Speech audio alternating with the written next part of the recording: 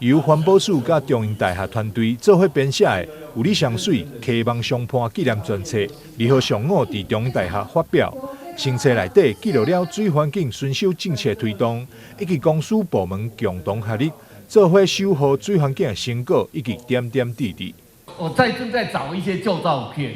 当时的部分二仁溪，我可以从台南县的北岸跨越到高雄的内湖。我一脚步甲行过，甲踏过，可见迄当时对着二仁溪的污染偌尔严重。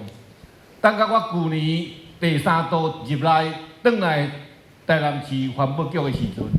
我搁较入去甲二仁溪看的时阵，哇，无共款。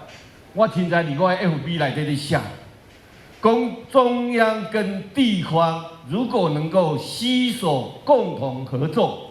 再加上民间的力量，我相信我们的梦一定会实现。原里地过废五金产业，造成二仁溪多年来一直拢受到严重污染，所以过去二仁溪有着乌龙港之称。后来伫公部门的介入以及民间团体、学术界共同合作之下，才慢慢恢复清气。因此，希望借由这本册，将整治的辛苦过程呈现出来。让国人更加重视维护环境的重要。大家可以记得，20年前的二仁溪是黑龙江，对不对？大家的印象就是黑龙江，因为在那个之前，整个湾里那边的烧的废五金，然后把铜拿走以后呢，剩下的残渣就推到河里面去，所以当时二仁溪的重金属的污染，那里面可能就是连生物都没有了，所以经过这20年来的整治，我想现在二仁溪口是可以去捕鳗苗，那有这个河边的步道，可以钓鱼等等的，那二仁溪的水质，我想我们还是会再继续努力的哈。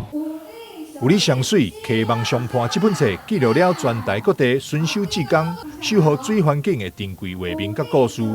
希望借由因的分享来唤起大家对着水资源保护重视。做伙来朝向永续发展的目标来迈进。台南新闻张硕维采访报道。